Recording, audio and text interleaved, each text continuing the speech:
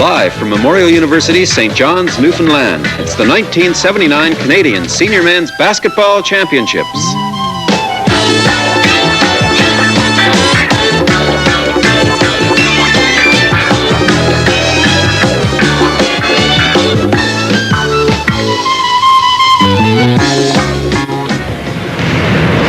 Welcome to Memorial Gymnasium for Game 15, the championship game of the Canadian Senior Men's Basketball Tournament.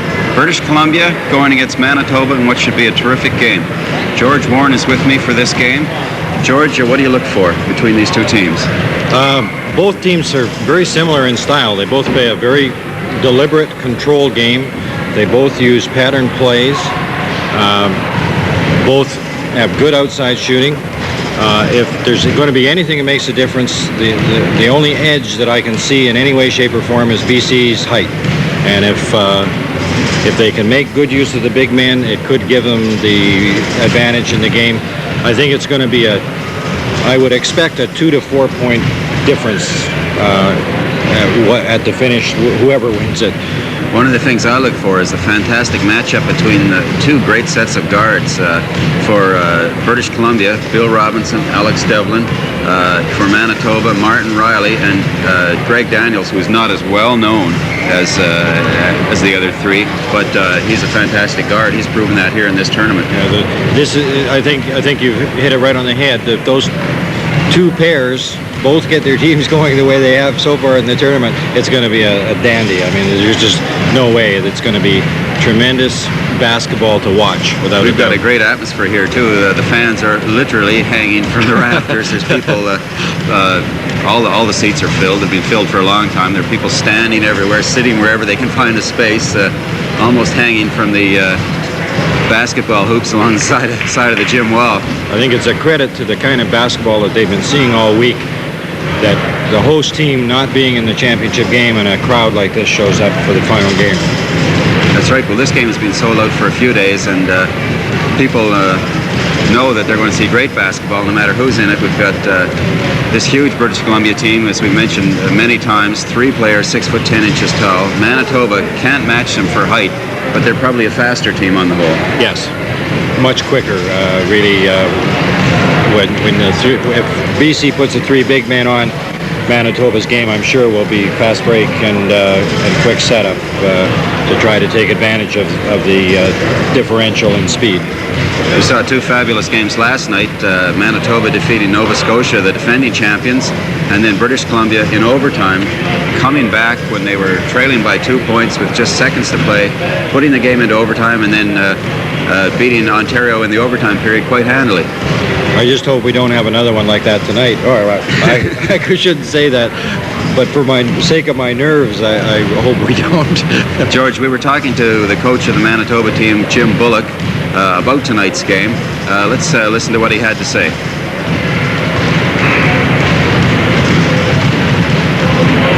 Jim Bullock is the coach of the Manitoba team in the tournament in the championship game tonight. Jim, what do you look for from British Columbia in this game? Well, watching them in the tournament, they seem to want to slow the play down and play a real control game. I think one of their guards apparently hasn't played for a couple of years. He's an excellent ball player, Devlin, but if it's for him, they're slowing the ball down. I'm not sure, but I would think that's what it is for. And possibly some of their bigger players might not like to run as much as some of our players would. You had quite a tough game last night against Nova Scotia. Yeah, that was a very, very tough game. It was a physical game. I thought our fellows played really well. We almost lost control of it with about 3 or 4 minutes to go, but we got it back together and were able to hold on for the win.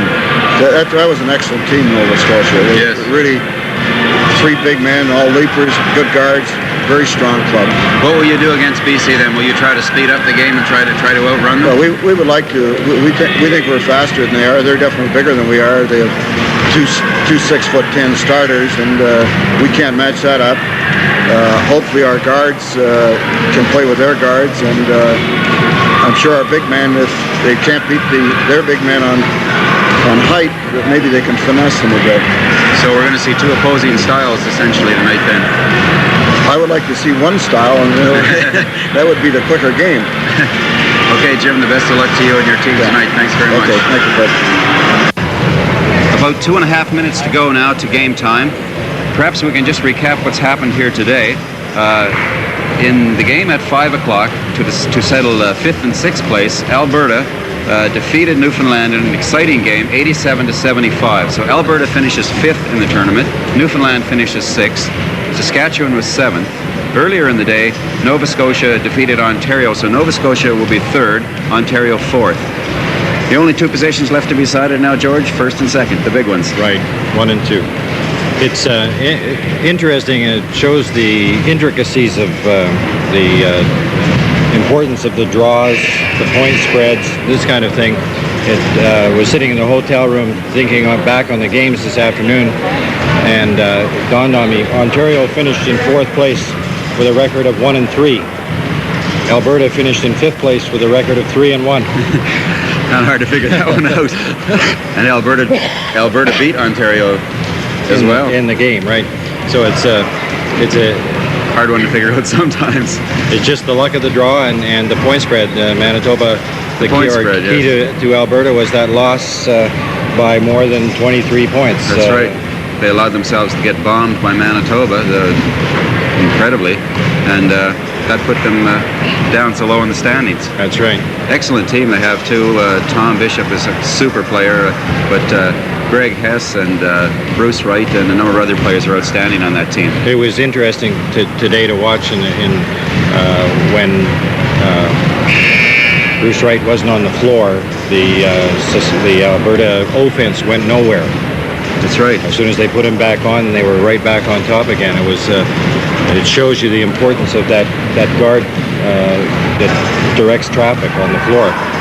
As we mentioned, we've got 4 great guards here tonight.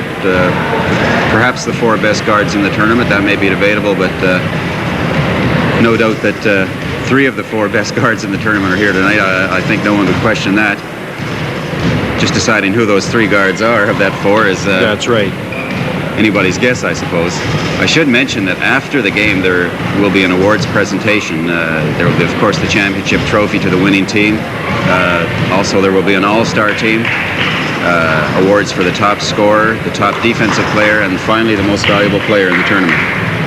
Should be interesting to see the selection. The committee, I know I've been sort of keeping tabs on the committee, and they've been working hard. They've been at every game. Whatever they come up with, nobody's going to agree with totally, but what they do come up with will be what they strongly feel from what they've seen, and nobody can question that. It's a group decision as well, and I think I'm looking forward to hearing who they pick. Right. Now we're going to get the starting lineups from the public address announcer.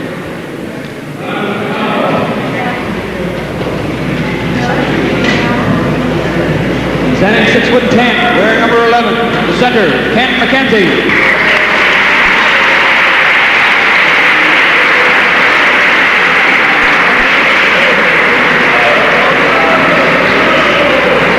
Standing 6'10", playing forward, wearing number 12, Kirk Randa.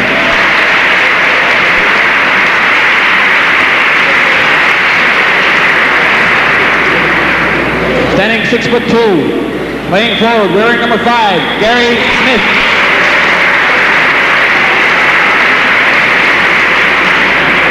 Standing 6'2", wearing number 7, playing guard, Alex Devlin.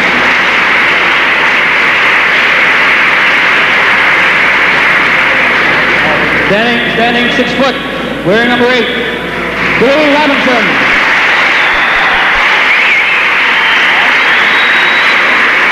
BC going with a starting lineup with only the 2 big men. Now the home team, Nicolett in from Manitoba.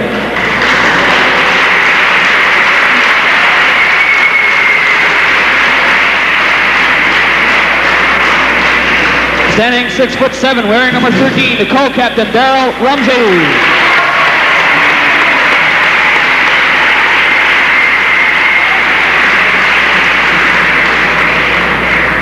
Standing 6'5", wearing number 12, playing forward, Terry Burns.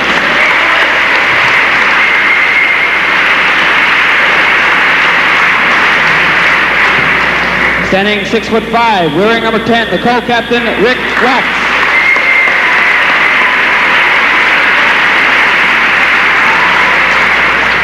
Standing 6'1", wearing number 8, playing guard, Greg Daniels.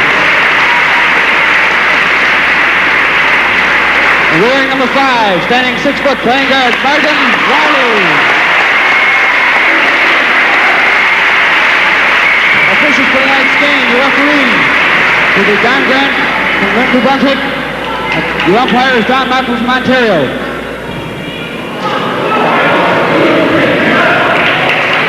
It would appear the crowd's favorites are the Manitoba team, judging by their reactions to the introductions. A few boos for Ken McKenzie there. He was involved in a bit of rough stuff last night. Fans kind of getting on him for it. All set to go now. No doubt about it. I think we have the two best teams meeting in this final. And away we go. Gary Smith for BC.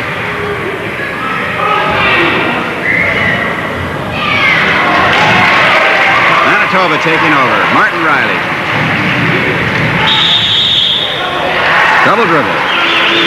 We're probably going to see a few errors right off the bat till they settle down into the rhythm of the game. Alex Devlin with that slow, controlled pace. Kirk Randa, the big 6'10" forward.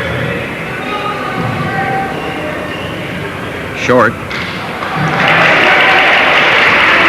Terry Burns rebounding.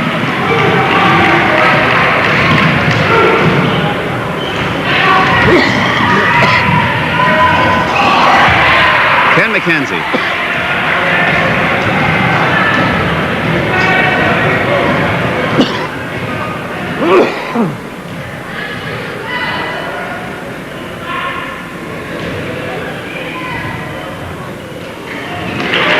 If McKenzie maintains defensive board control like he showed on that first play, Manitoba's in for a long night. Kirk Randa now. 2 6'10" men out there for British Columbia. They can really control the boards. Billy Robinson underneath with nowhere to go, just unloading. That shot partially blocked.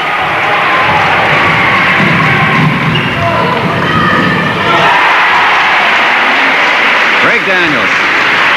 Watch this guy because he's good. The first points in the game. 2-0 now, Manitoba.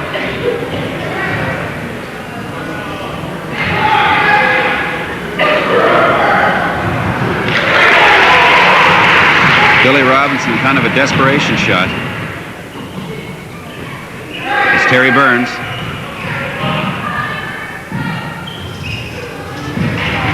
McKenzie on the rebound.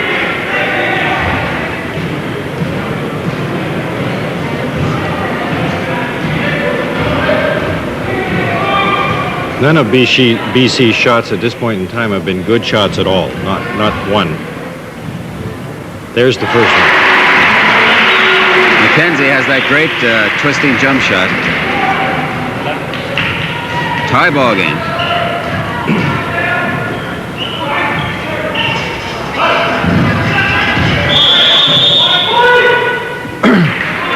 We're likely to see some scoring now that both teams have tasted the hoop.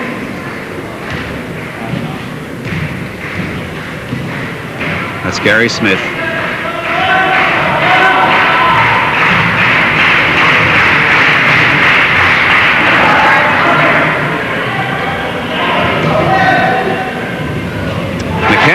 McKenzie looks like he's hot from the outside tonight. He's kind of hard to stop from the outside, too. He's so tall. Martin Riley. What a matchup there. Martin Riley and Billy Robinson. Fouls on number 12, Terry Burns. First foul of the game. As anticipated, both teams are playing the controlled, deliberate ball.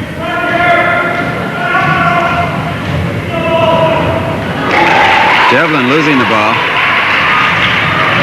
Trying to drive through the middle, no place to go.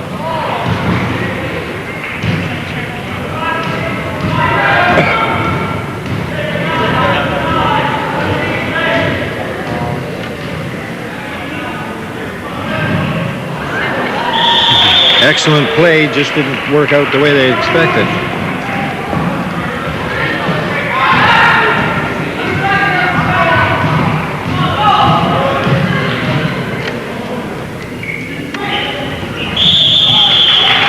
Fouls on Gary Smith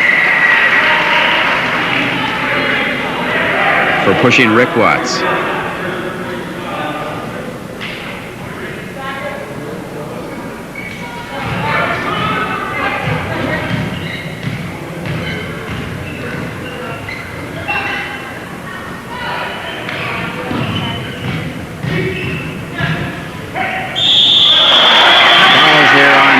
Gary Smith is second in a row now.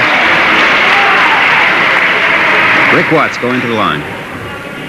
Very tight defensive work at both ends of the floor going on right now. Both teams a little afraid to open up.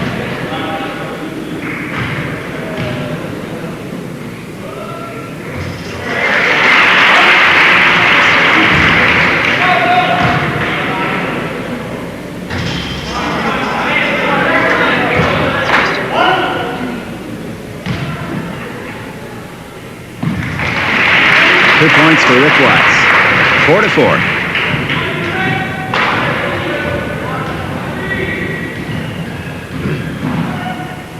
Oh, nice check by Watts. Darryl Rumsey.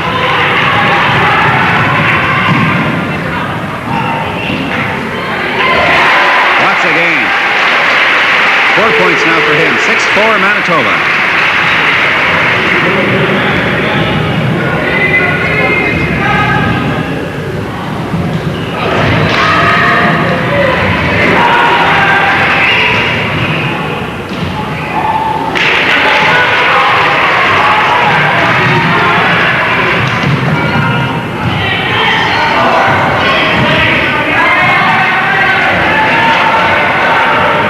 Oh, McKenzie all alone. Oh, really racked up.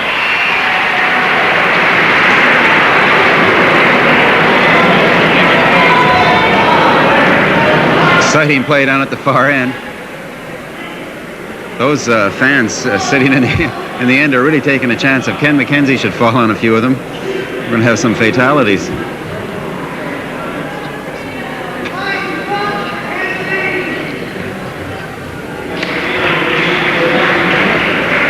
Five points now for McKenzie. 6. Ken McKenzie 6, Manitoba 6.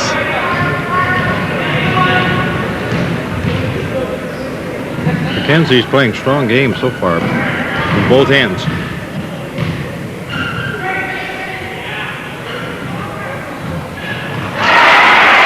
Greg Daniels. 4 points for him now. We've got McNeil in now in place of Bill Robinson. McKenzie.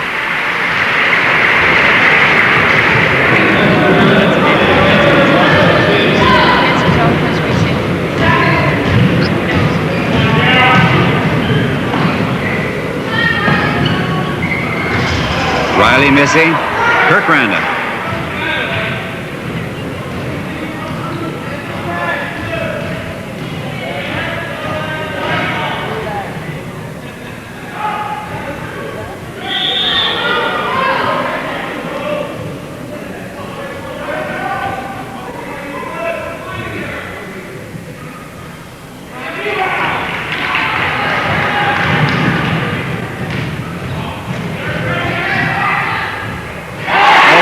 Shot by Terry Burns. Manitoba getting excellent outside shooting at the moment. Burns just squeezed that by the end of the backboard. Little Mike McNeil.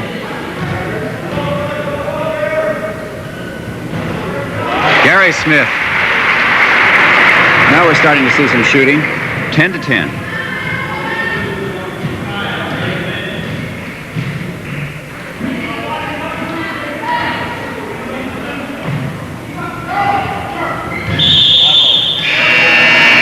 Darryl Rumsey called for traveling. There's that example again of the big man putting the ball on the floor. He's not used to doing it. It usually ends up in a mistake somewhere along the line. Manitoba 4 for 11 from the floor so far.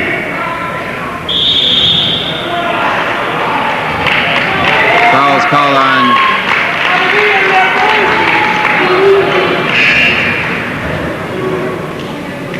McKenzie.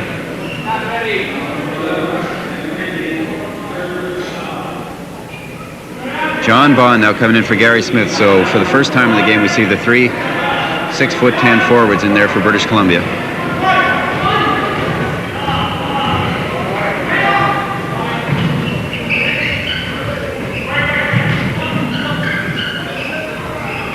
Billy Robinson back in the game again.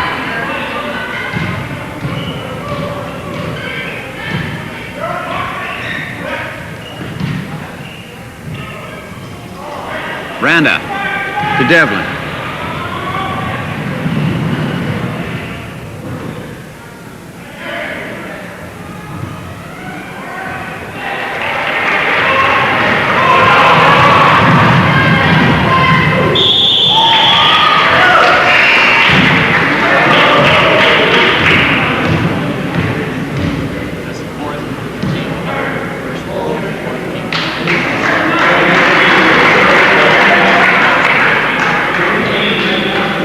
Foul on Kirk Randa.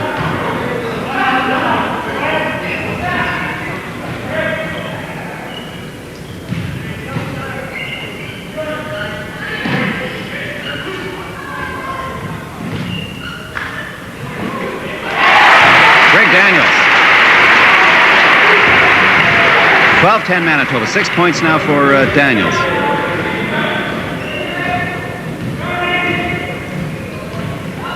We talked about those 4 guards. So far, Daniels is the only guard to hit a point on either team. McKenzie. What a pileup under the basket.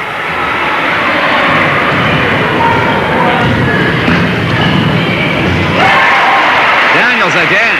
Oh, he looks hot tonight. That little collision down the other end reminded me of a scene in BC. The piles of logs that you see in the sawmills. Or a mountain, a coast range maybe.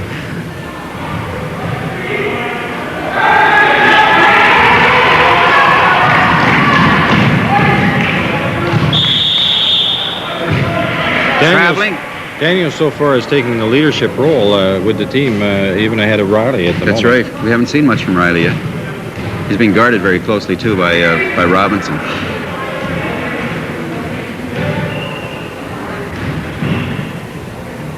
Robinson off on that shot. Oh, good rebounding. Brian Rumsey.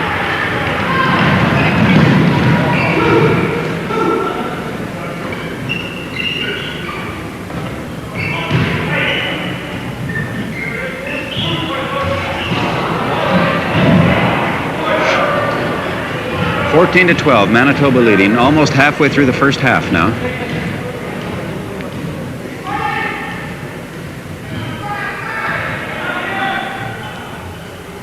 Bond getting his own rebound. Oh, missing again.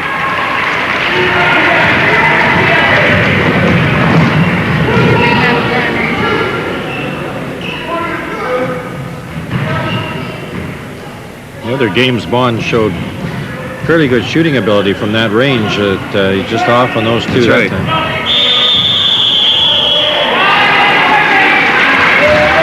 time. That's Darryl Rumsey called for traveling. 2 Rumseys on the floor now. Darryl, number 13, 6'7" forward, and Brian Rumsey, number 11.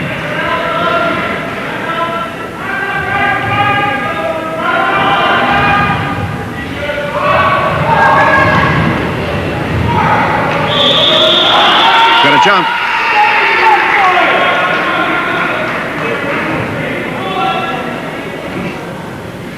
Robinson never quits out there. It doesn't matter whether it's under the offensive board or the defensive boards, he's always in the flow.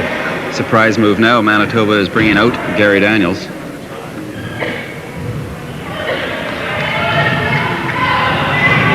Grant Watson in. Manitoba getting more height in the lineup.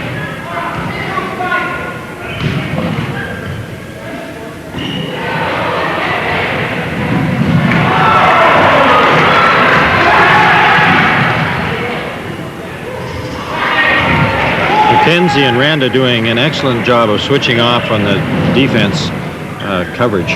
Oh, excellent drive, Alex Devlin. Shades of the last game.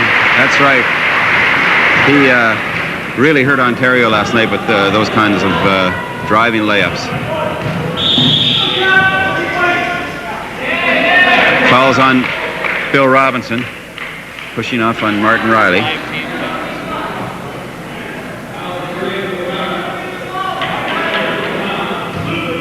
No shots on that foul. 14-14 ball game. Both teams playing it very tight.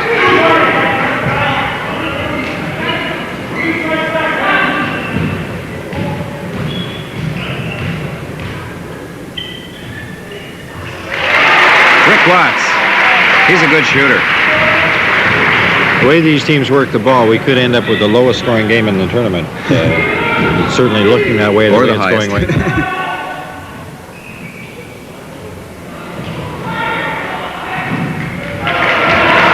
16-14 Manitoba. Martin Riley bringing the ball up.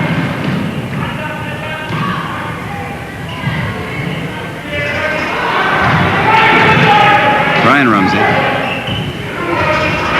Riley missing 2 shots in a row.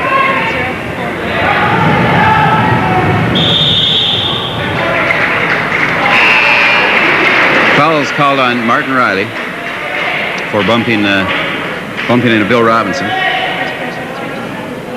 It's the 3rd team foul for Manitoba. They're a long ways from the bonus situation.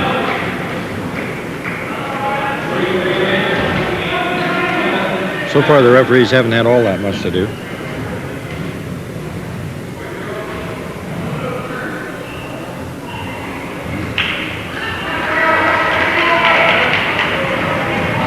Shooting Well, is not been impressive. Manitoba coming down for the 3rd time to try and get a 4-point lead for the first time in the game. It's been a very elusive for both teams at this point.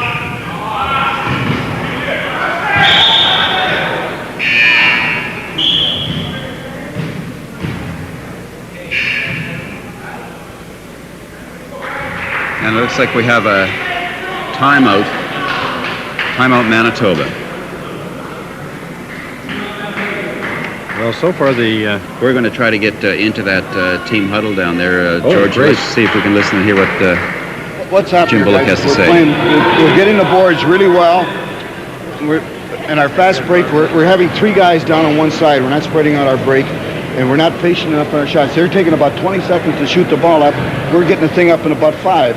We're forcing our shots, okay? Hiring guys. Yeah, we can break them, but what we've done is we've turned that ball over. We could be up 20 points right now on turnovers and bad shots, okay? We've got them in the palm of our hands, and we just take advantage of our chances. Okay? Good shots. Everybody's been rushing. All right, let's go. Should explain that the fans viewing the game are luckier than us, George. We are not able to hear what is going on inside the huddles, but because of the mic in there, the viewers will be able to. It's always interesting to get into a huddle with the coach and find out what he's saying firsthand, so you can see whether the team executes what he's requested. Gary Smith hitting quickly for British Columbia. Tying the game once again. 16-16 now. 7 minutes and 33 seconds left in the half.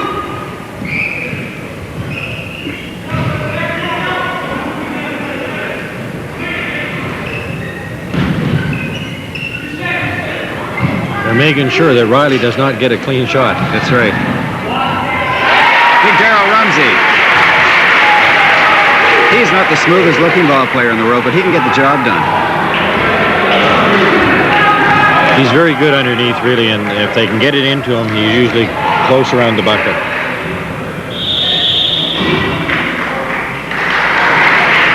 Fouls on number 8, Greg Daniels.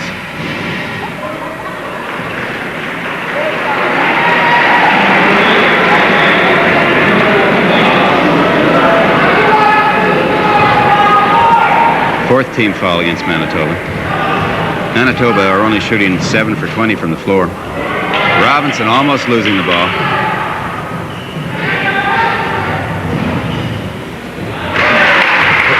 Good inside move by Smith that time.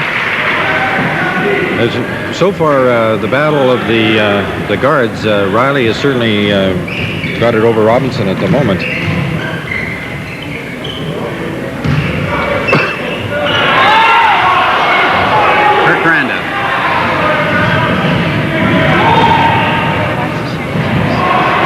Pretty play, Devlin inside to Smith. Gary Smith is a very valuable player to British Columbia. Excellent combination, those two. 8 points for Smith already.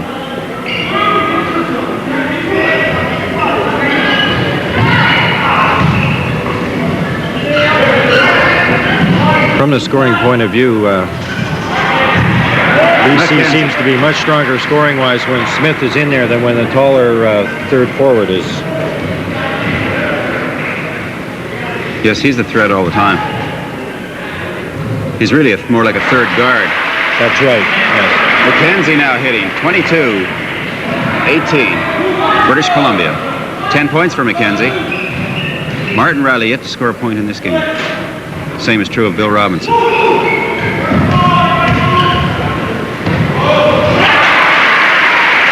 Greg Daniels. He's playing an impressive game. That's 10 points now for him.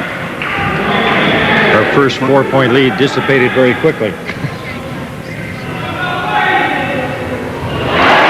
Alex Devlin again making a super play. He's just, for the size, he's playing inside ball extremely well. He's so deceptive underneath.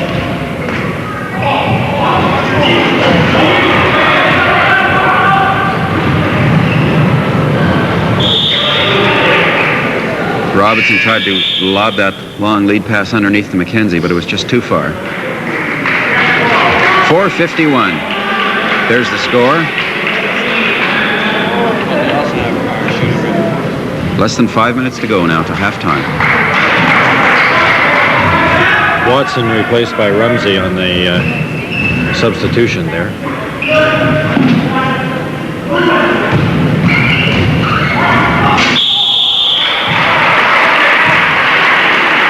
They are all over him like a blanket as soon as he gets that ball.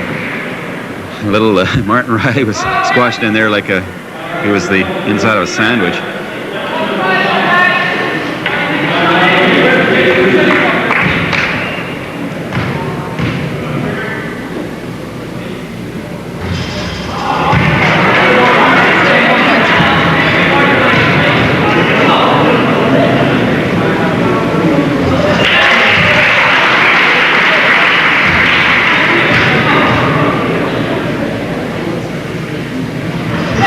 Points for Martin Riley. 24-22, British Columbia.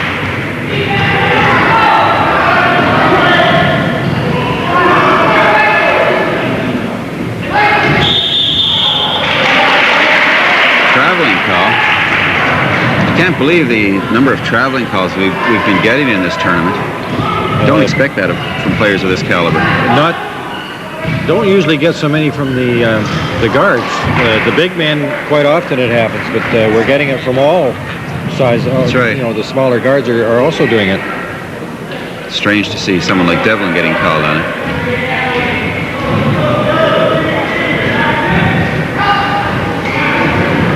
McKenzie. That was another example of the big man putting the ball on the floor again.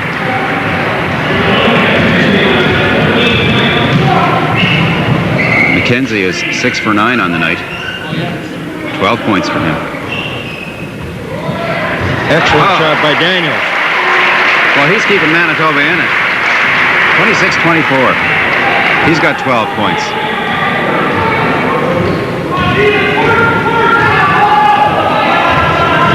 They're going to have a hard job overlooking Greg Daniels for the All-Star Awards if he keeps up playing like this. There's another man they're going to have to look at pretty close, too, is Devlin. That's true.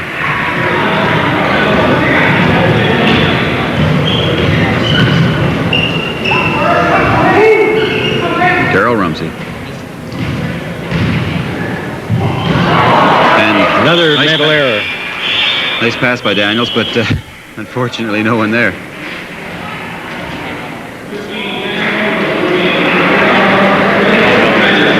Randa getting a rest.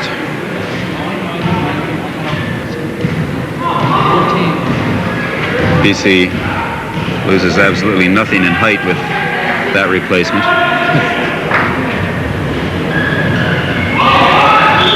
There's Smith again under the basket. He's a real hustler. Timeout Manitoba. This time, George, we're going to see if we can get inside the British Columbia huddle. Ball. This time we get the ball. Change sides, okay? And let Janny post up on this side. What we did this morning. All right? On this morning. So let Jan post up on this right-hand side of the key. And then pop it into him from the side here. If you can get it from the side, you get that turnaround, all right? Or you can shoot up over this guy. So I want you to try it this first time right now, okay? So you go to the opposite side then, Mackie, okay? Oh, let's go. All right, let's go. Good defense. Keep working. Come on, Al. Get the board. Let's go.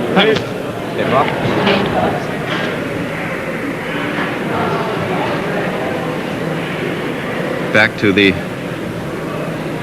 live action again. A lot of the fans in the bleachers are getting a good, keeping in good touch with the Manitoba huddle here, where their position. That's right. They've got, they're jogging to the next two rows behind the bench as well.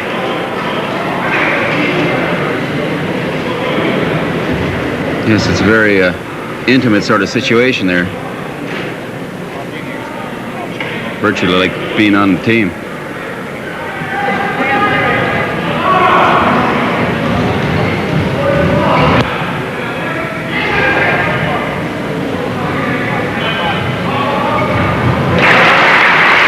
Super outside shot by Devlin. That was hard to believe. 30-24, British Columbia. Biggest lead of the game. Martin Riley has really been tied up so far. Bond, and called for traveling.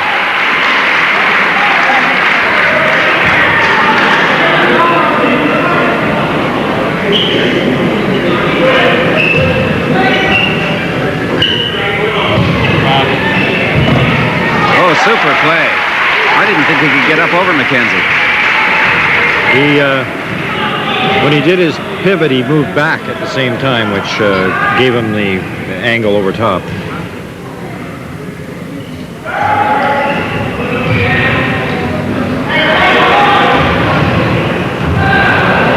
Robinson. Finally, Robinson gets on the board. He had to change direction in mid-flight there, too, in order to do it. First 2 points of the game.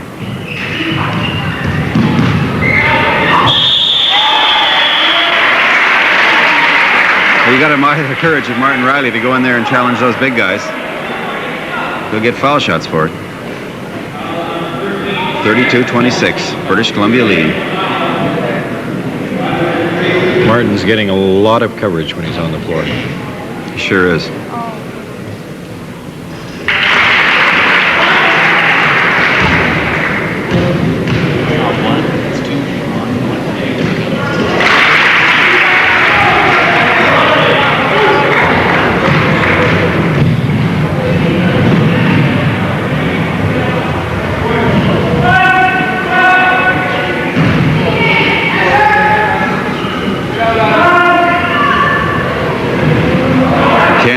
Shooting.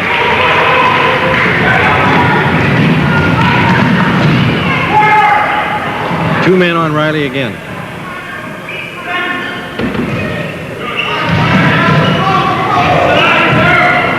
Rumsey. 32-30 now. 1 minute to go in the first half. British Columbia with a narrow 2-point lead. Darryl Rumsey beginning to make up his mind he's going to go to the hoop, and he's doing it. Yes, sir. Now McKenzie underneath, tied up, and they're calling it a jump ball.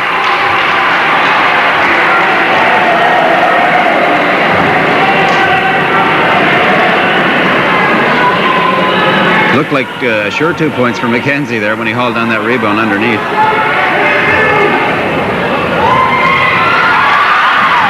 Martin Riley.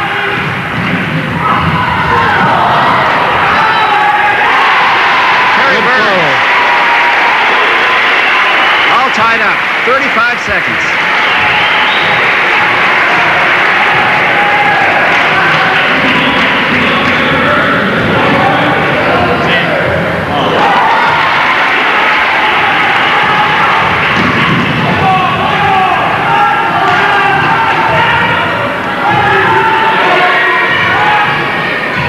13 seconds now.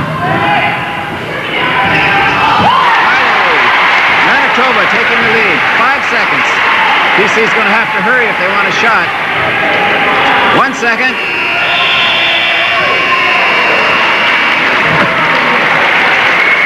Strange turn of events there, George. It looked like British Columbia was going to carry a lead into the second half. I think that's the problem. I think they thought so too. Martin Riley started to come to life there, started to drive underneath and drew some fouls and scored a basket. Yes, BC led up on their defense, and you just can't do that against a team like Manitoba. Sure can't. Let's just take a look at the first half statistics now. Martin Riley, 6 points. Greg Daniels, 12, big man for them. Rick Watts, 6. Terry Burns, 4. Darryl Rumsey, 6. And for British Columbia, 8 points from Alex Devlin, 8 from Gary Smith, 14 from Ken McKenzie, and 2 only from Bill Robinson. We've got an interview now with the president of the Canadian Amateur Basketball Association, Frank Butler. Let's listen to that now. Frank Butler of Memorial University and president of the Canadian Amateur Basketball Association. Frank, where the tournament's almost over now, has it been an unqualified success? You know, to say the least, it's been a tremendous success, and that's very indicative of the kind of fan support that basketball in Newfoundland has gotten for these championships. I guess particularly, you know, from all aspects, where you see so many fans here, you see such good talent.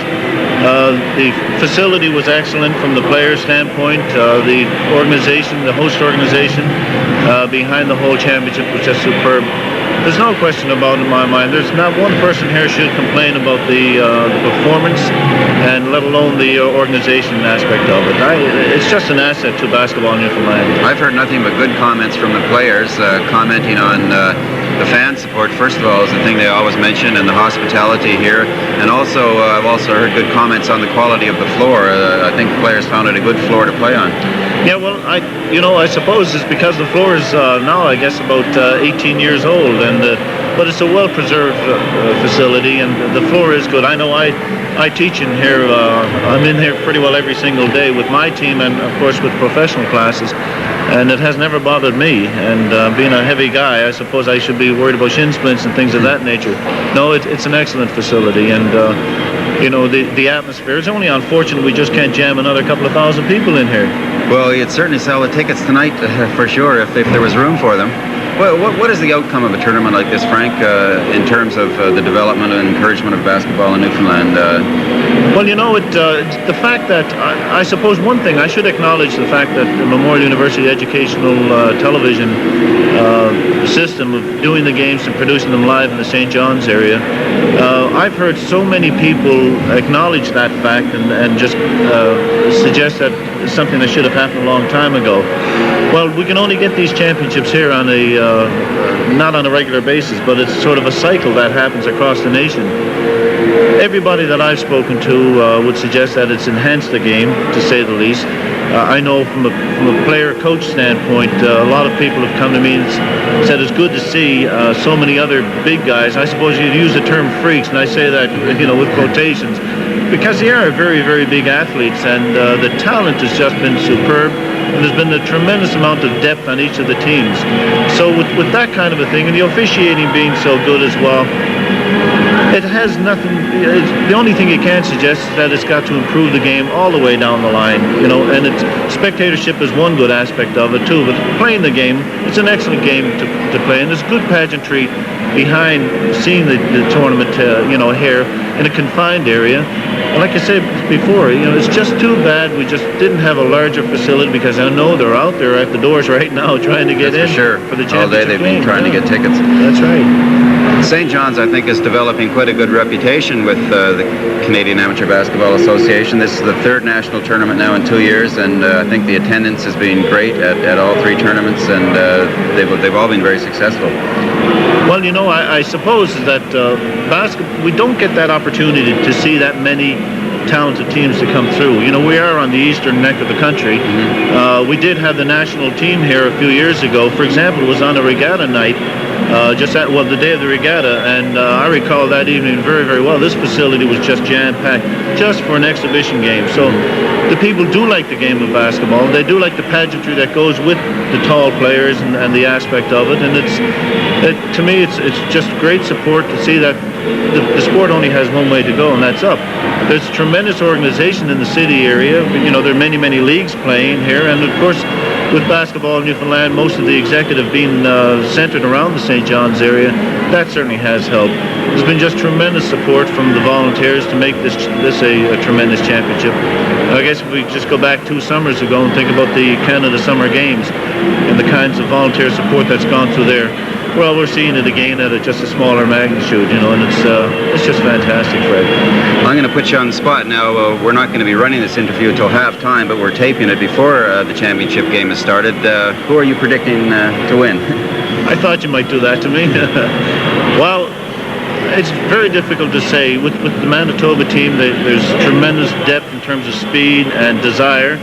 With the British Columbia team, there's a lot of talent there in terms of national team exposure.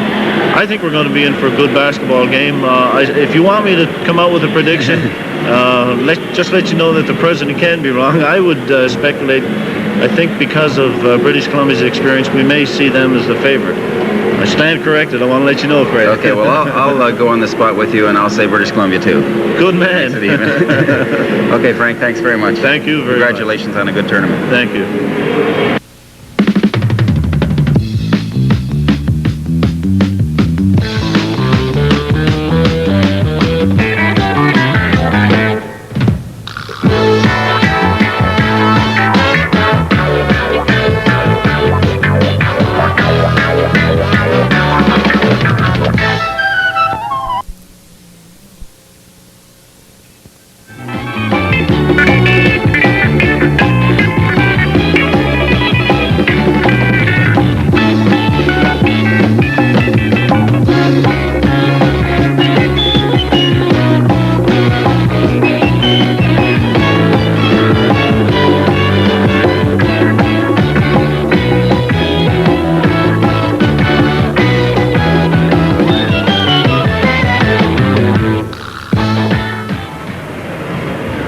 Almost set to go now for the second half, about 1 minute and 40 seconds before we get underway.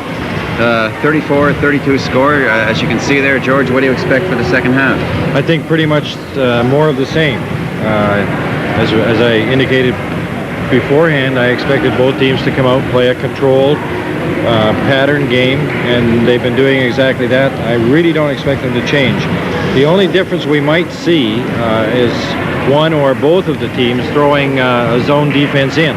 At this point, we haven't seen a zone on either end, and that British Columbia pulled that in overtime. In overtime the other night, and they just might try it again. I can't believe that we're going to see guards like Robinson and Riley continue to be shut out the way that. Well, Robinson only has 2 points and Riley 6. The thing is that Gary Smith for BC is picking up the slack because Robinson is covered. On the other hand, Greg Daniels is doing the same for Manitoba. Martin Riley's getting blanketed. Daniels is picking up the slack. It's true. You can't cover both of them that close. So you eliminate one, and Riley and Robinson are both the kind of experienced players, and their teammates are the kind of experienced players that they're not going to try to get the ball. They're not going to try to get the ball to those players when they see that kind of coverage. They're going to accept the fact those men are covered, let the other guys do the job. And both teams have enough talent to be able to do that. All we'll have to do is wait and see, I guess. One thing we should say now that after the game, after the conclusion of the game, there will be an awards presentation, not only the championship trophy and plaques to the members of the winning team, but there will be an all-star team selected, awards for the top scorer, the top defensive player, and finally the most valuable player. So we'll be looking forward to that. The buzzer sounded. We're just about set to go.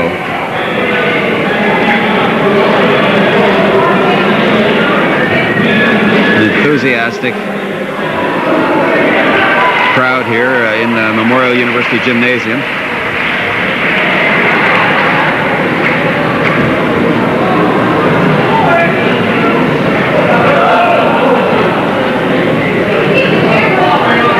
Sure what the discussion at center floor was. That's an unusual circumstance at the beginning of the second half, unless they were just exchanging pleasantries. I'm not sure. The same starting lineup as began the game for both teams.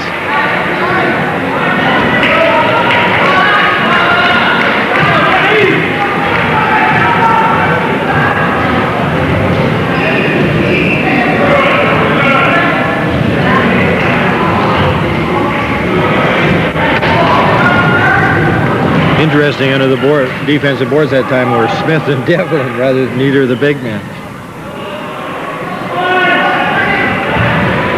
Good move to the hoop by McKenzie. Avoided contact very nicely.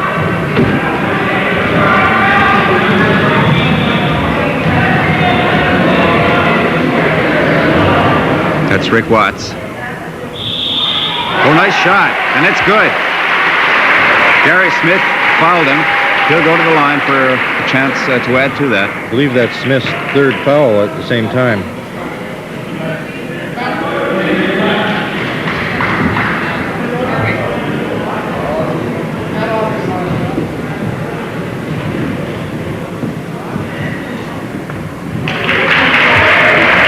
Those 37-34, Manitoba. Those three-point plays can really hurt you.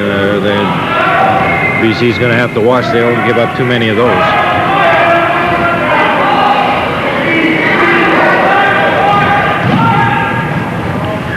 Oh, lovely shot by Bill Robinson. More like his old form there. Can't keep a good man down forever.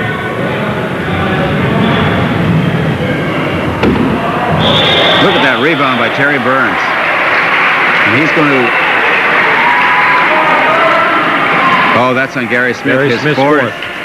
That means trouble. John Bond getting up quickly now.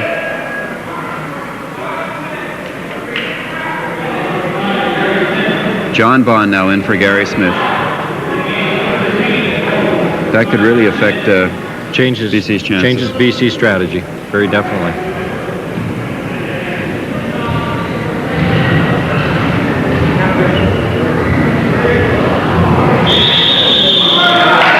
Jump ball.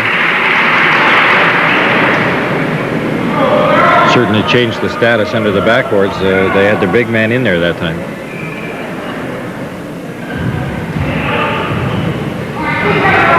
BC winning the jump. 37-36, Manitoba up by 1.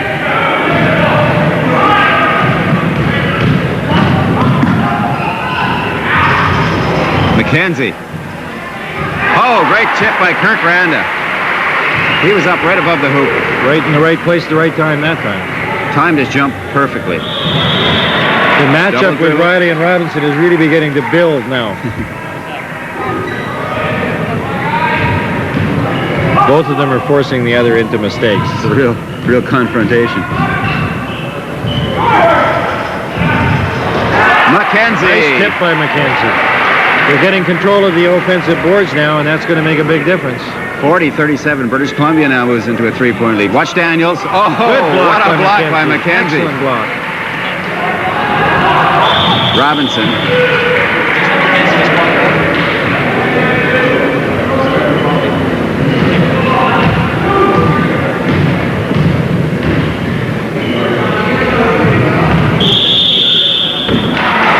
Traveling on Burns. Again.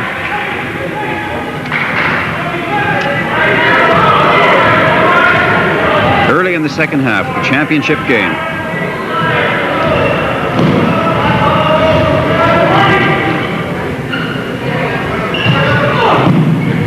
Kirk Randa. McKenzie there to back him up again. They're playing a good 1-2 punch under the offensive boards They're now. starting to take control of that offensive board. 20 points now for McKenzie. Here's the battle of the giants again. Another foul on Bill Robinson, fouling, pushing into Martin Riley. 42-37. British Columbia with a 5-point lead.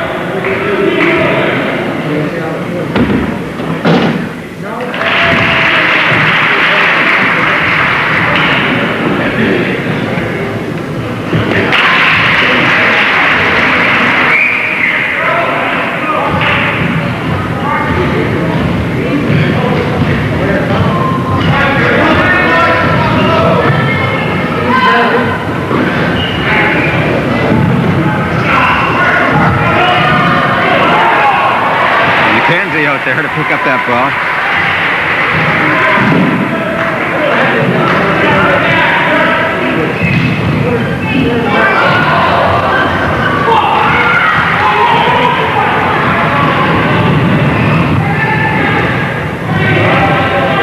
Excellent combination play by the two guards.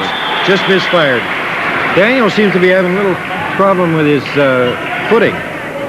He looked like he was going to trip badly on that drive towards the basket. He managed to regain his balance. 42-39, British Columbia over Manitoba. This is the championship game.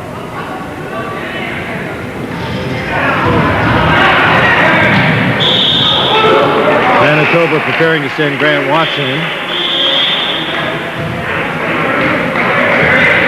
Substitution, Grant Watson in for Terry Burns.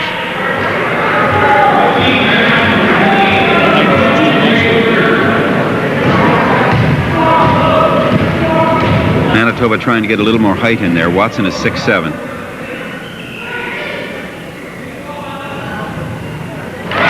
Daniels is really hot from the corners. 14 points for him now. That was a good example of the set play that I was speaking about that BC and Manitoba both run. Robinson really missing on that jump shot.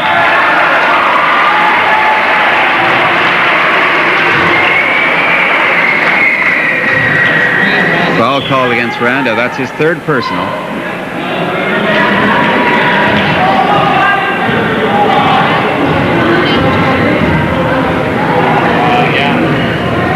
Same play, different personnel. Double dribble.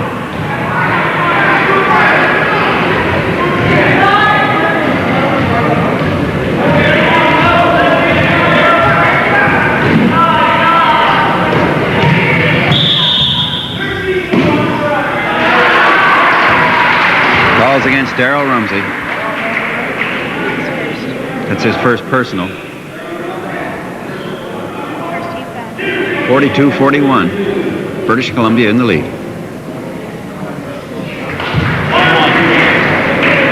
21 points now for McKenzie.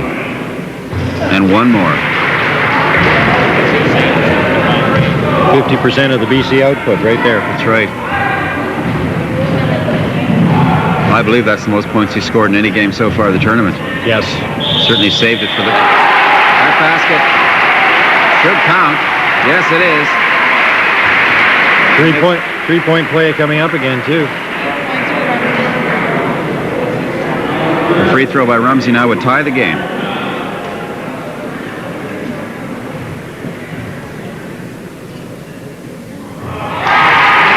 That's 9 points for Darryl Rumsey.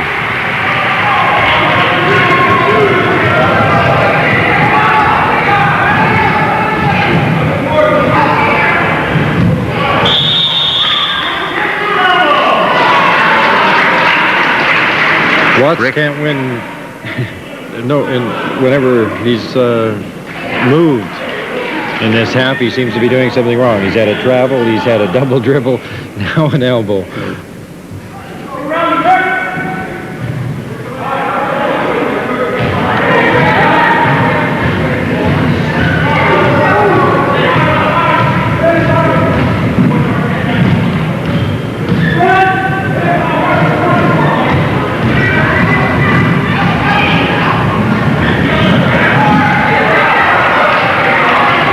Off on that shot.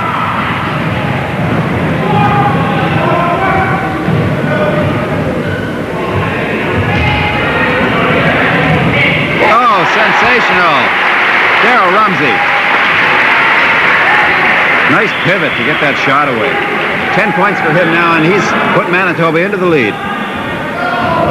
I think that's the most work he's had at the pivot section in any of the games so far in the tournament. McKenzie ties it up.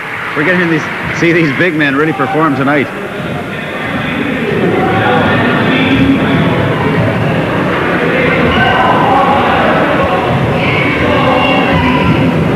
Watts hitting. 48-46, Manitoba. He's probably saying, finally I did something right, too. 11 points now for him.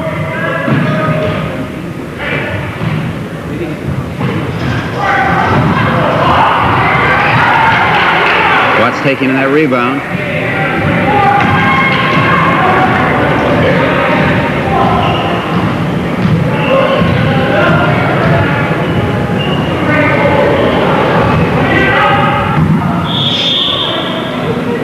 Big Darrell Rumsey went crashing into that crowd in the end.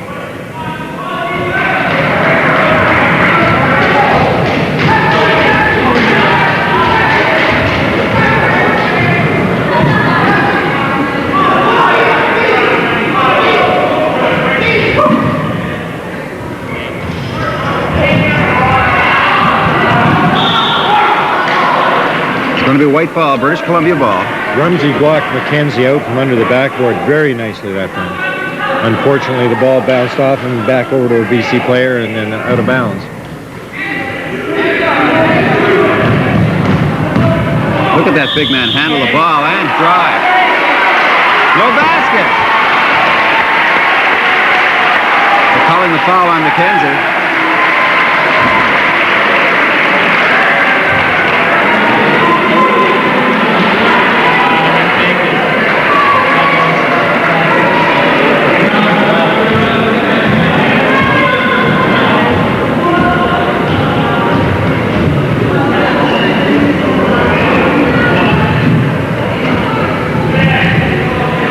Watson. Excellent move, excellent shot. Just didn't go down.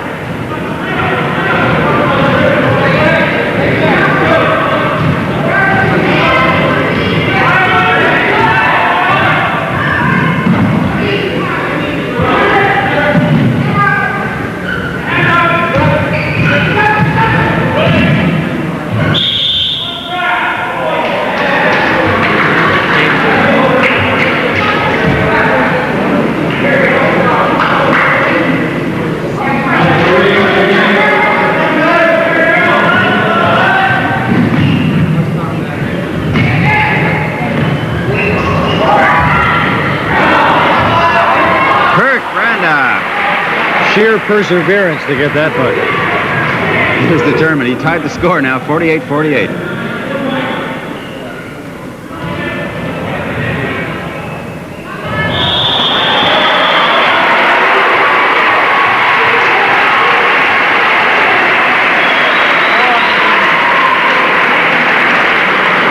Four on McKenzie.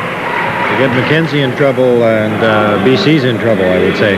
That's for sure, because he's been their big scorer. Now we're going to see Rick Kazanowski come in for the first time in the game.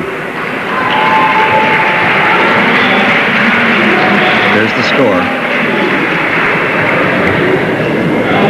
McKenzie has been incredible for BC all night. He scored 24 points.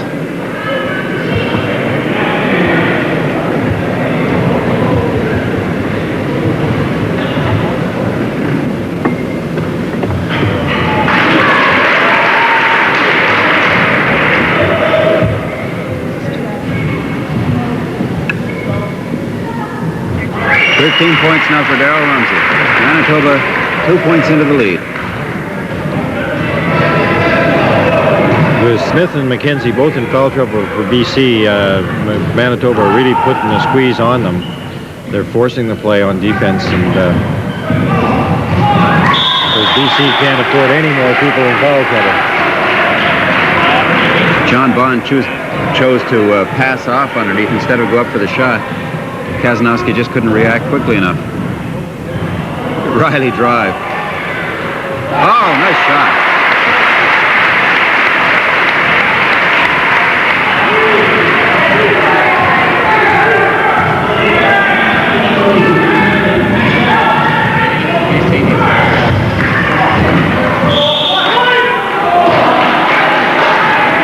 It'll be BC ball.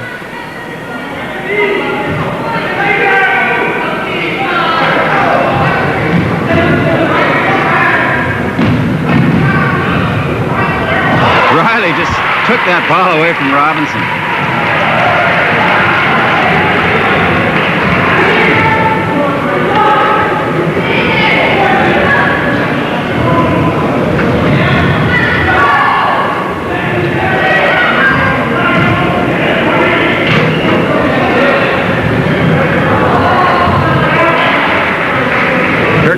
the rebound. Good defensive move by Bond. He didn't touch the ball. He didn't stop the shot. But when you have a player his size lunging at you like that, it makes you think when you're letting the ball go, and it can change a good shot to a bad shot very easily.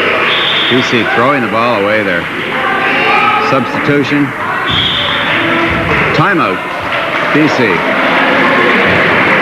They were beginning to get disorganized, and I think our coach was smart move on the part of the coach to call that timeout. If nothing else, but to give them a little breather and let them relax a bit. I think we're going to get inside that huddle now, too. Be patient with it. Hey, we can still get the 30 seconds. We still get the, yeah. Inside, outside. Go 1-4. Move that ball. 1-4. Let's Get run. 1-4. Get the entry. Okay. Then fill those spots and get the rotation going and move into the ball, and we wait for the right shot. Come Okay? on, guys. Don't let up on defense. All right. That's right. And the defense has And go to the boards. Come on, guys. Okay, guys. Here's where we open up the ball game. Right now. guys. Leave them right behind. Go open city. Okay. All right. Come on now. It's got to be. Come on now. 1, 2, 3, Nicolett. Getting set to go here again. 4-point lead for Manitoba, 52-48. The lead has been changing hands all through this game, George. It's one of the things that's really made it an exciting game. Right. This is the biggest lead in the game for Manitoba at any point.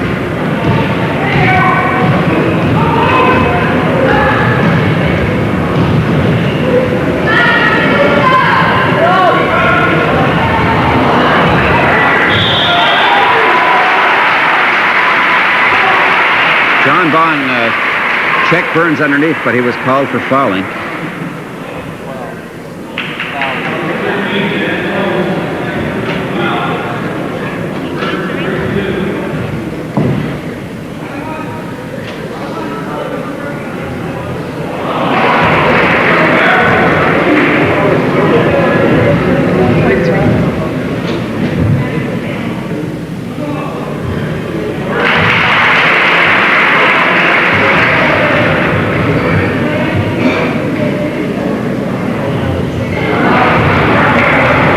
Burns only hitting on 1 for 3.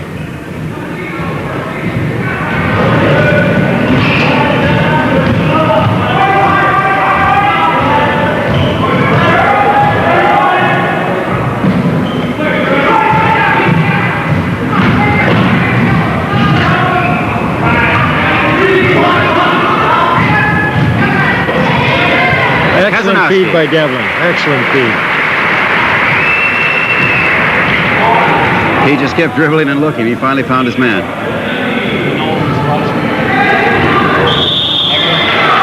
Rumsey and Rand. Randa's going to get into foul trouble very quickly. Four fouls on Randa as well. So we now have 3 BC players with 4 fouls. This foul situation is really getting critical for British Columbia.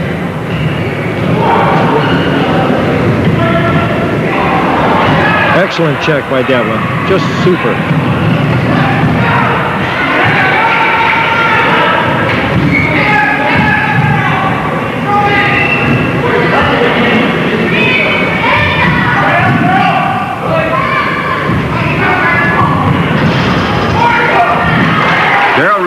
Rumsey again blocking out extremely effectively under the defensive boards. Oh, and Kazanowski is called there. 10 team fouls now in BC, and they get 3 players in foul trouble and get into the bonus, and it's going to be a rough row. Still 9 minutes to play. That could cost them a lot of points from here on in.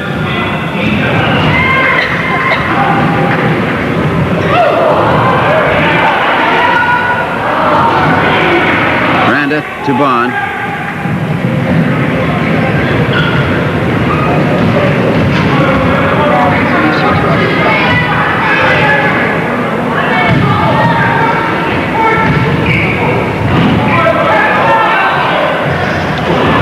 Kazanowski in and out. 53-50 the score. Manitoba leading. Substitutions now. McKenzie coming back in. McKenzie and Rick Watts for Manitoba.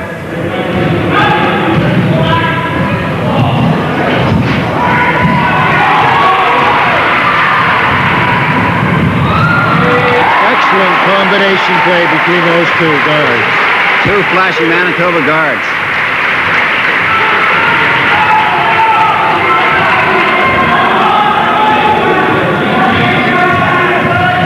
Five-point lead again for Manitoba. 55-50.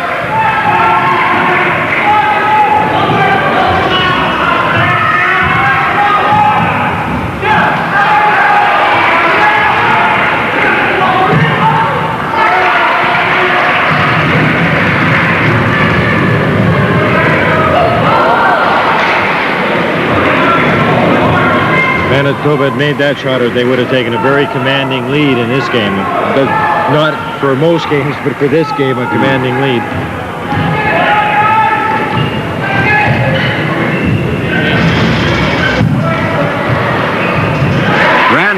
Randa and McKenzie teaming again.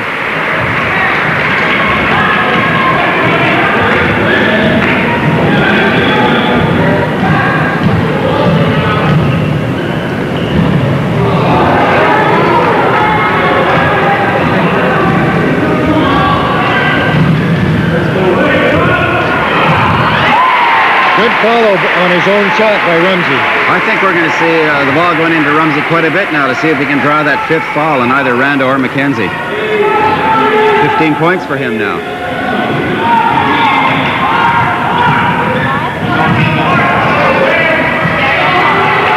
There's Watts.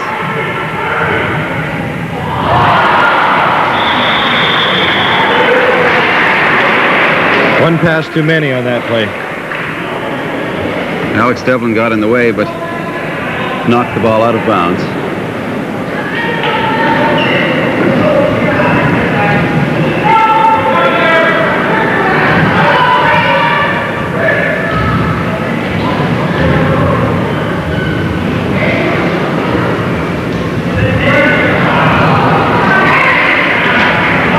Kazanowski for BC. Kazanowski has actually played quite steady ball since he came on. Guess we haven't seen Smith for a long time now.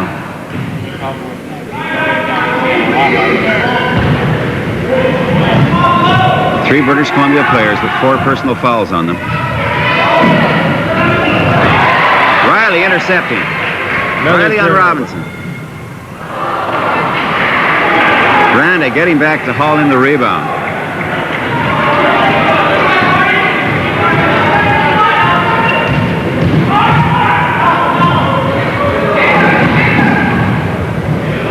Billy Robinson. 57-54. 6 points now for Robinson in the game. 5:35 left in regulation time.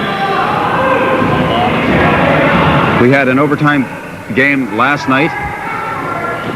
It's entirely possible we could have one again tonight. Daniel's shot in and out. Substitutions. Here comes Smith. So we have 3 players on the floor with 4 fouls. So they say something's got to give. Well, they have, with 3 of them with 4, they just have to ignore them and go and play their game. That's about what the coach is saying when he puts that third He foul just out there. he wants his best men in there. Right. Smith is such a good shooter.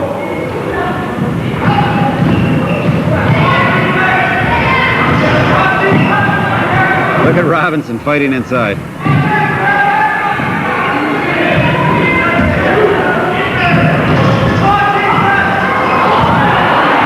Incredible. Excellent follow by 3 the shots big for man. BC without a basket.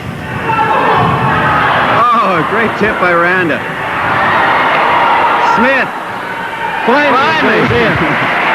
They must have had 7 shots anyway in that exchange.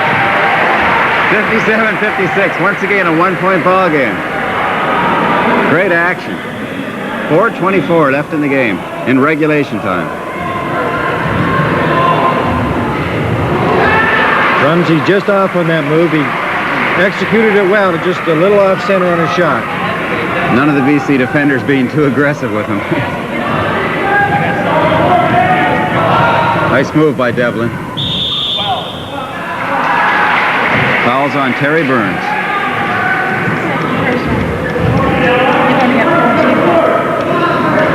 It's interesting that we've gone more than 5 minutes with BC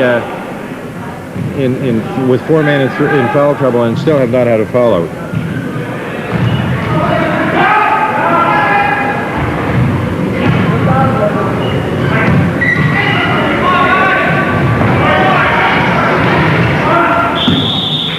Excellent hustle on the part of Granda. Manitoba still in the lead. Granda's giving 150% out there right now. Oh, that's going to be it for That's Kurt his fifth Granda. foul. That's his 5th foul.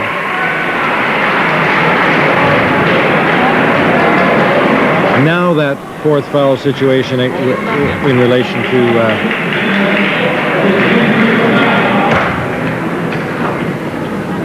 with McKenzie is even more important now.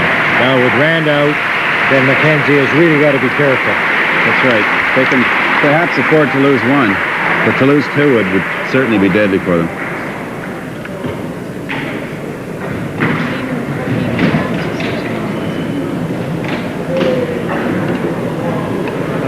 Looks like I don't know if there's been an official timeout call. No, there's no timeout. On a foul out in FIBA rules, the coach has a period of time in which to select the player to replace the person Let's fouled listen out. to that British Columbia huddle now, George. Now look, I'm going to take this timeout with 2 minutes, 2.5 minutes. I'm going to call this timeout and see what the situation is then. If we get ahead, let's go zone. Who's coming in? As soon as we're ahead, Kaz. As soon as we're ahead, let's go, Kaz. Come on, Kaz. Okay. Okay, BC set to go now. They've come back with Kazanowski. Obviously, Coach Bob Steves was pleased with his play while he was in. Kazanowski certainly doesn't hurt them as far as height's concerned. He goes 6'6". As you said, he's already played well when he's been on the floor, so they're not losing much from that aspect either. 7 points now for Terry Burns in this game. Manitoba 3 points up now in British Columbia.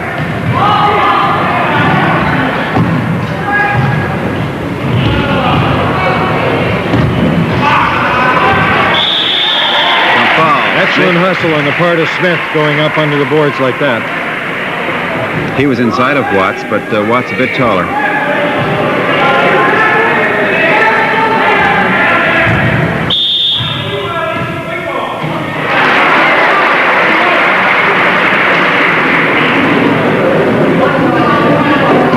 It's going to be British Columbia ball on the side.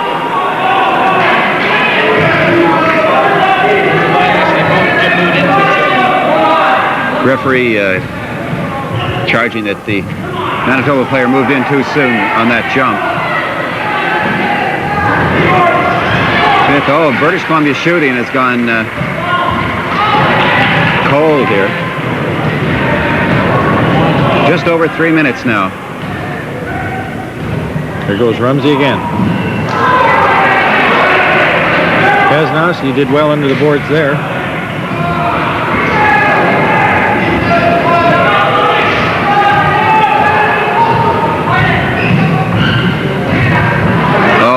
Underhand feed by Devlin didn't work. Kazanowski wasn't expecting it. 2:42 left to go. The teams, of course, cannot freeze the ball. They can't kill time. They have to get a shot away within 30 seconds.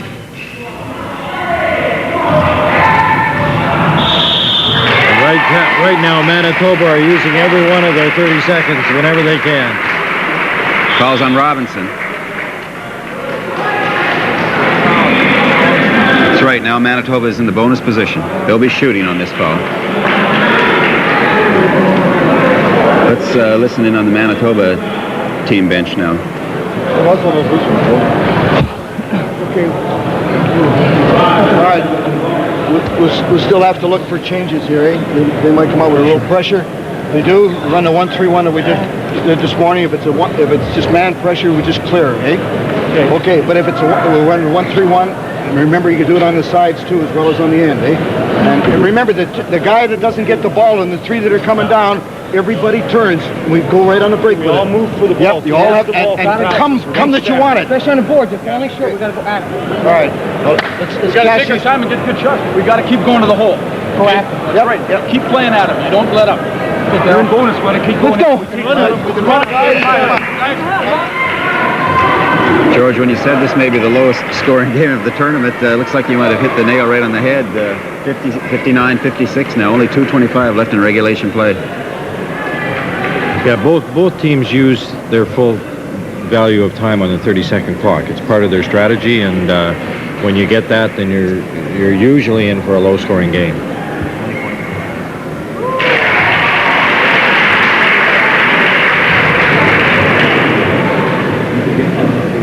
Riley hitting 2 foul free throws. He has 13 points now in the game. 61-56. Manitoba leading. Fouls on Greg Daniels.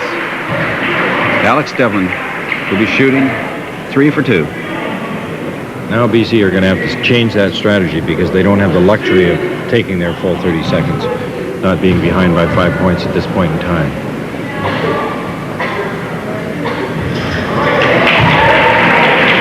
Well, we saw what happened last night.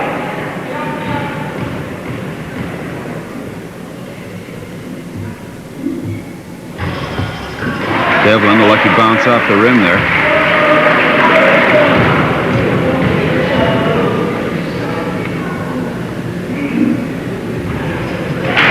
.58, 3 points.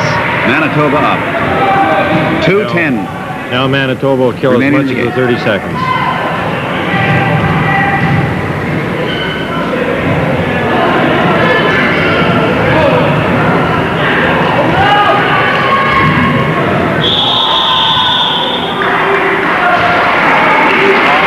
Calls on Kazanowski. Manitoba will be shooting 2.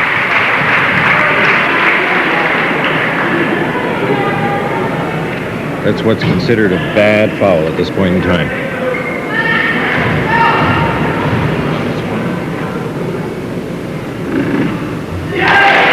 Terry Burns.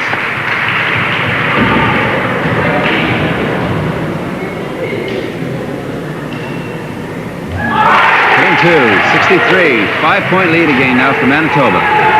9 points for Burns.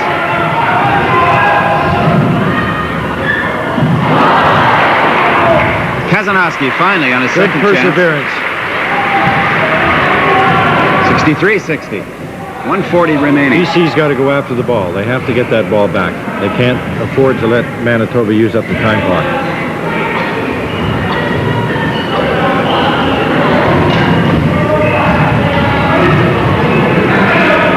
Seconds left on the 30-second clock.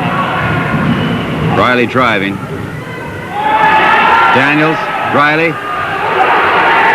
Got to get that shot away. Yes, it counts. He just got it away. And Robinson is furious. Robinson, McKenzie, and Devlin all after the referee on that one. But the shot was in the air before we heard the buzzer.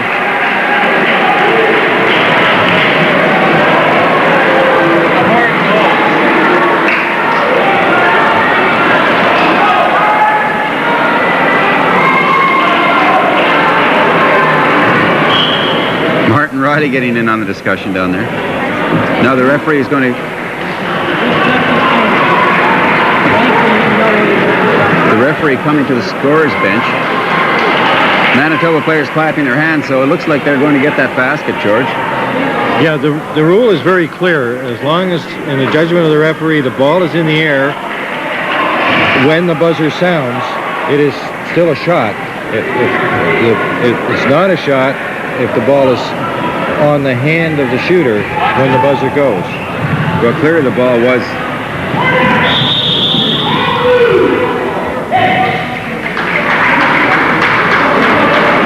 Fouls against Manitoba on number 10, that's Watts. It's his 4th personal.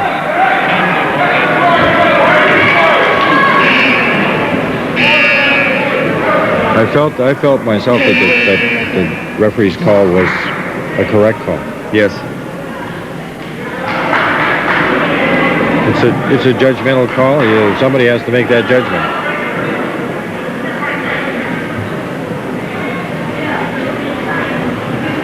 Looks like we have another team timeout. BC have to formulate the strategy from now till the end of the game. They've got 1 minute and 7 seconds. They have to know every minute exactly what it is they're planning to do. We're going to the Manitoba bench now, George. Use him unless we have to, eh? But you got him if you're in trouble. But don't get him if he's on a shot. Okay? All right, now look. Get him right away. What? We got it's their ball out here, huh? Right, okay. Let's use a bit of that clock up. 5-7. Okay, run it down a bit. Now watch for the pressure on there, eh? We'll get the 1-3-1 set up. The big guy, Darryl, you go deep, eh? Okay, let's go, guys. BC's plight seemed hopeless last night, George, and they came through, but it even seems It looks slightly worse more right hopeless now than last tonight. night, They're yes. 5 points down, 1 minute and 7 seconds. BC ball. Oh, and Kazanowski wasn't watching. Robinson threw it right over his head. Well, Manitoba's certainly going to kill the full 30 seconds now. Is it plugged in the wall down there? Chris? Rumsey. Riley frantically waving for the ball out there. Now they get it out to Riley. Long shot. Oh, Terry Burns underneath. McKenzie finally up with the ball. 30 seconds to go. Here's Devlin.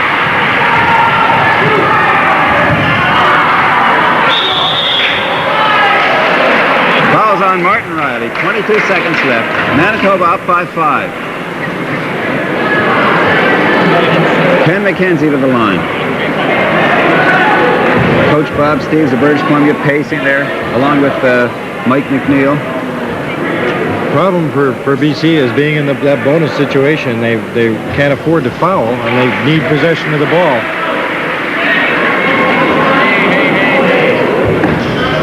McKenzie will have one more throw. He's got to get this, and then BC has to get the ball again. 22 seconds remaining. Oh, he missed. Rumsey. Oh, Terry Burns all by himself. This should put the game on ice. There it is, all over. 12 seconds to go. Manitoba up by 6. McKenzie hits it. 5 seconds left now. Way down. Burns again. It's all over. Manitoba is the champion. Excellent game. Well played. Great game. Jubilation on the floor by the Manitoba team. George, we're going to cut away now for 2 minutes and return quickly for the award ceremonies. We'll be right back. Okay, we're back now for the presentation of awards. The reason we had to cut away is because we're sending tapes out to other cable stations around Newfoundland, also to Winnipeg, Calgary, and Halifax, and we had to make a tape change there in order to get the awards presentations. But we're back. The Memorial Gymnasium is packed to the rafters, as we said before, standing room only, people crowded all around the sidelines. Jubilant Manitoba team celebrating their victory. And out on the floor now, the awards table being set up with the huge Montreal Cup, a trophy that dates back to 1926, presented annually to the best basketball team in Canada, the best senior men's basketball team in Canada, at least. This year, it will go to Manitoba, to Nicolett Inn of Winnipeg, Manitoba. Georgia was quite an exciting wrap-up to that game. Fitting championship game. Certainly was. It was a close, hard-fought contest all the way. Good, solid basketball. Good, controlled basketball. Some excellent matchups under the boards, out in the perimeter. You couldn't have asked for any more than what we saw. It wasn't a high-scoring game. It was a well-played game. I was impressed with some of the unsung players. For instance, Darryl Rumsey, who is a big man, but doesn't get near the acclaim that some of the other big men get, like McKenzie and Jamie Russell, people like that. He's not a smooth-looking player, but gosh, he chipped in with about 15 points there tonight for Manitoba. He was fighting all the way. He had to check people like McKenzie and Randa and so on underneath the basket. I thought he just did a great job. Yeah, no, he impressed me very definitely in the Manitoba, as one of the better ones in the Manitoba lineup throughout the game.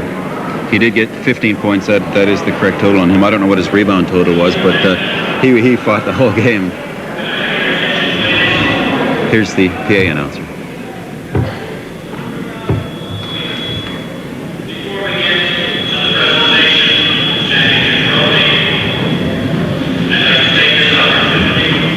To congratulate the Manitoba representatives, Nicolett in.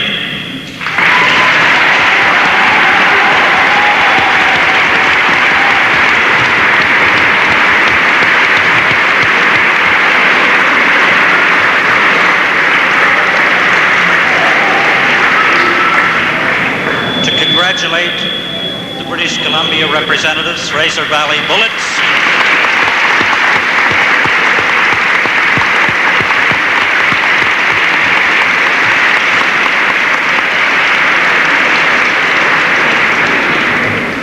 The other 5 provincial champions who have provided us with a wonderful week of competition.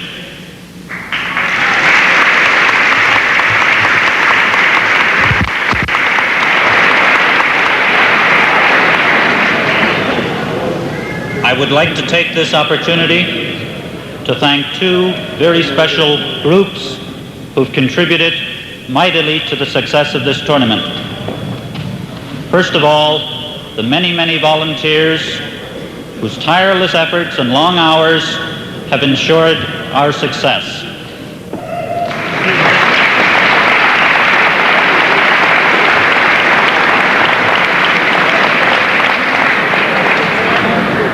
I'd also like to extend our greatest appreciation to you fans, whose interest, whose support, whose appreciation of the play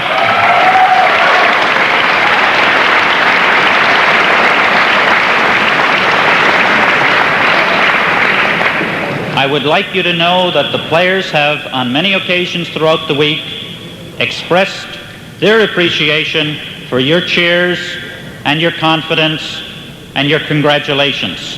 Thank you for being so wonderful.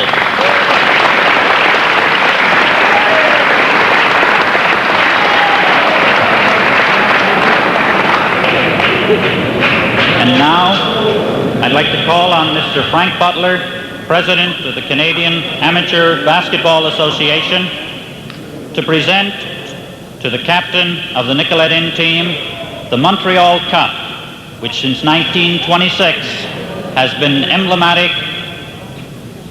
of the Canadian Amateur Senior Men's Basketball Championship. Mr. Frank Butler.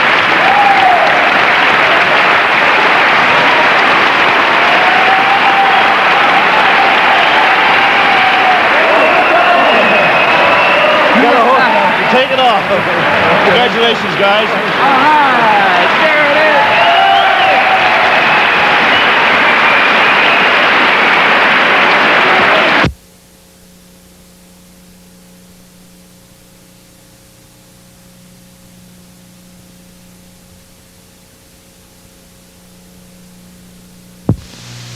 Convener of this tournament, Mr. Chris Griffin, to present the CABA plaques to the individual members of the championship team. Would you please step forward as I call your name? Kevin Block.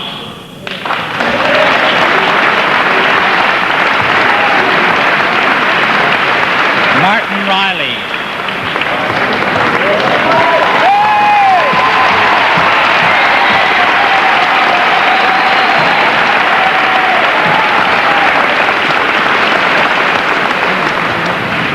Cam McGuinness.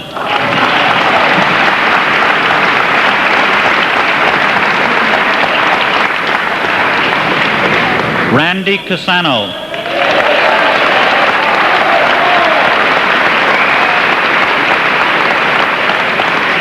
Greg Daniels.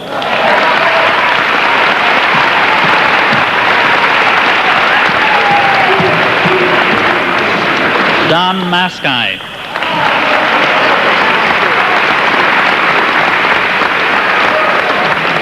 Rick Watts.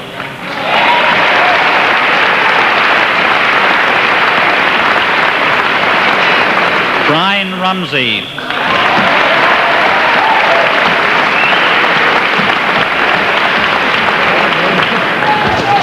Terry Burns.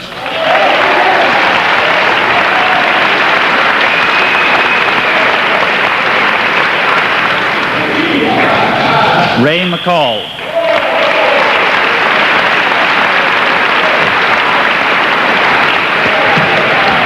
Grant Watson.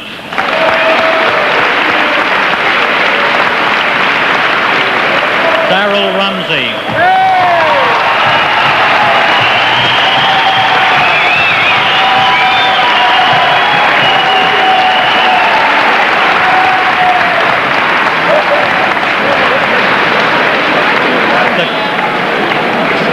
The coach of Nicolett Inn, Jim Bullock.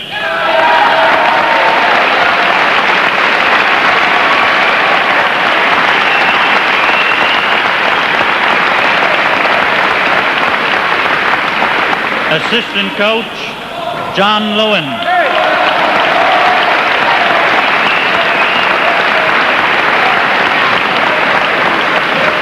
Manager, Morris Glimcher.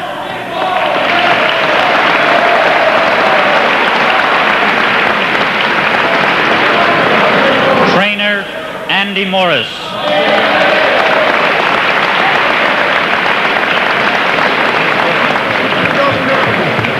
Congratulations, Canadian champions, 1979.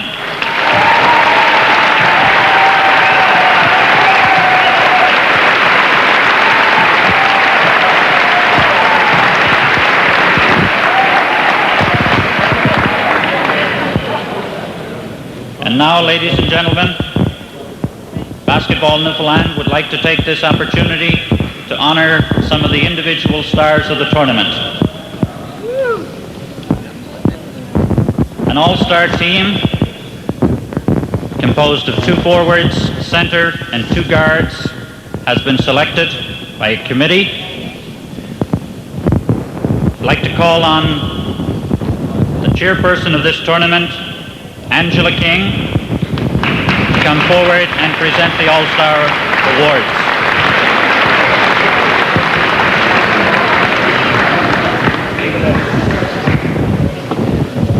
I'd like to ask the All-Stars as they're announced to come forward and receive their award, and please to remain on court so that we can finish all of the individual presentations. At forward, from Calgary Cascades, Tom Bishop.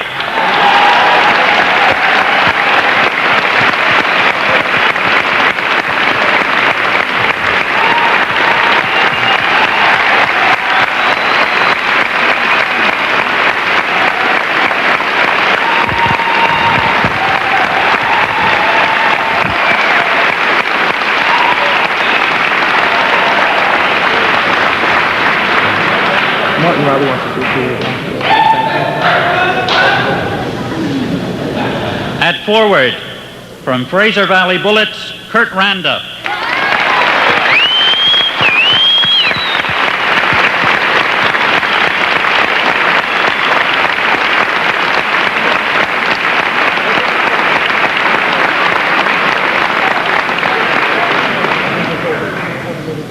At center, from Halifax Budget Rent-A-Car, Bob Benefield.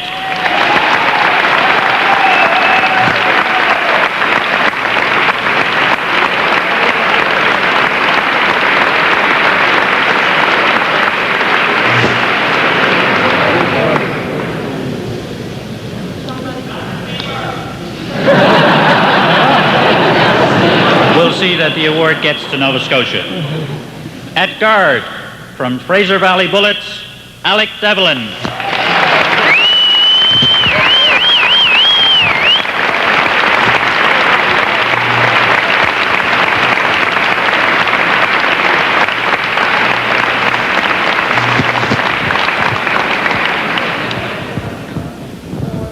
At guard, from Nicolett Inn, Martin Riley.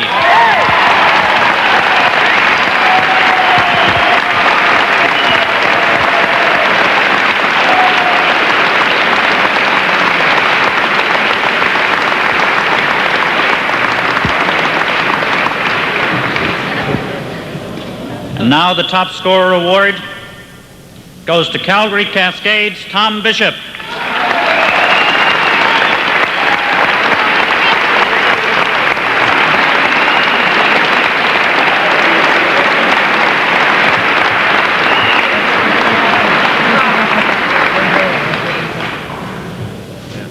One of the most difficult selections to make in a tournament of this nature, the top defensive player, Fraser Valley Bullets, Kurt Randa.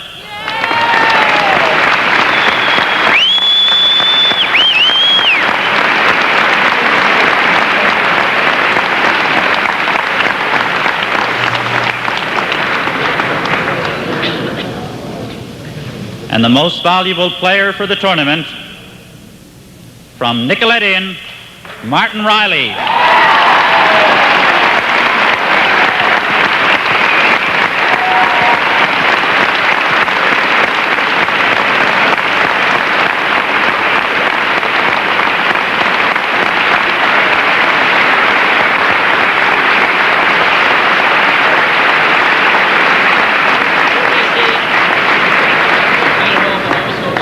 The official sponsor of the Basketball Newfoundland programs is Labatt Breweries, and Labatt Breweries would like to make a special presentation to the individual stars of the tournament. We'd ask the representative of Labatt Breweries to come forward, please. Mr. Mike Fust. Mr. Mike Fust of Labatt's will present travel bags and souvenir T-shirts to the members of the All-Star team and the individual award winners.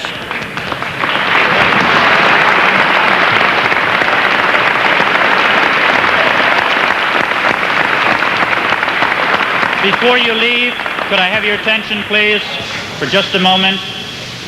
Martin Riley has asked for an opportunity to say a few words. Here's Martin. Thank you. Thank you. What's happening here? Hello. Thank you. I'd just like to thank all the fans and the people who organized the senior championships on behalf of Nicolett. It was great. Great being here. Thanks a lot.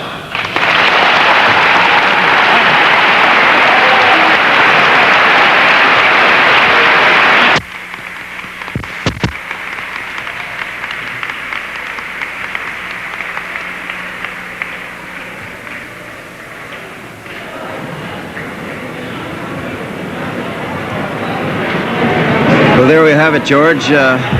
How did you concur with those selections? I thought it was a pretty great team. I wouldn't mind having that as the nucleus of my squad if I was a coach. Excellent choices. There were a lot more in the tournament they could have chosen. You can't choose them all. And, that's the problem. I was disappointed, I suppose, to see that Greg Daniels had to be omitted. I thought that the other guard for Manitoba was just an excellent player. He shot well and played well for Manitoba. You have to talk about George Routens from the Toronto Estonia Club. So many great players. Excellent players all the way through the tournament. I think they made some very good decisions, and I certainly have no quarrel with any of their selections. I think the committee is to be commended for coming up with a team like that, selections like that, out of the myriad of talent that they had to look at. Must have been a terrific time trying to make that determination. Absolutely. Well, that brings a fitting end to the to a great tournament. I certainly enjoyed working it. It's the first time that we've done anything like this at ETV, and my first experience at it. A bit hectic now and then, but by and large very enjoyable, and it was a great tournament. I enjoyed it from beginning to the end, and sure appreciated your work with us, George. It was nice to meet you and to be able to work with you. I enjoyed the opportunity as well, and thank you very much. I hope we get the opportunity again sometime. I hope so too. Thanks, George. Now I'd just like to mention the people up on the screen there now. Our cameraman, John Smythe, who did an excellent job from center court all tournament. Bill Harris, our technician. Wilton now, who got some great close-up shots on his camera in the end zone. Albert Johnson, George Gale. George was on that mic inside the huddles there tonight. Austin Green, Ed Wise. Lighting, Bill Harris. Bill was and John Smythe were up stringing lights from the ceiling all week. They did just a terrific job and made a great difference to the quality of picture we're able to bring to you. Roger Burry, Randy Moulton, and Cyril Reed performing miracles in the technical end of things. Dave Chafe and Stu Moss responsible for graphics. Statisticians Gloria Brown and Steve Delaney, a couple of students in the phys ed department who did just a tremendous job. They worked extremely hard. They were here for every game, half an hour before every game and probably half an hour after, and did a flawless job. And producer-director Dave Holloway, who has been working on this for a couple of weeks now, and did a great job all the way through. Dave, good switching. And finally, executive producer Craig McNamara, who did everything else there was to be done, Craig. I guess that most of the things that most of us don't even know, including making all those contacts on the mainland and the tapes. As we said, a lot of these games are going to be going to say Calgary, Winnipeg, Halifax, and as well as across the island. So on behalf of everyone here at ETV Channel 13 and from Memorial Gymnasium, we wish you all a good night. And we'll close on that scene with Manitoba players getting a souvenir net.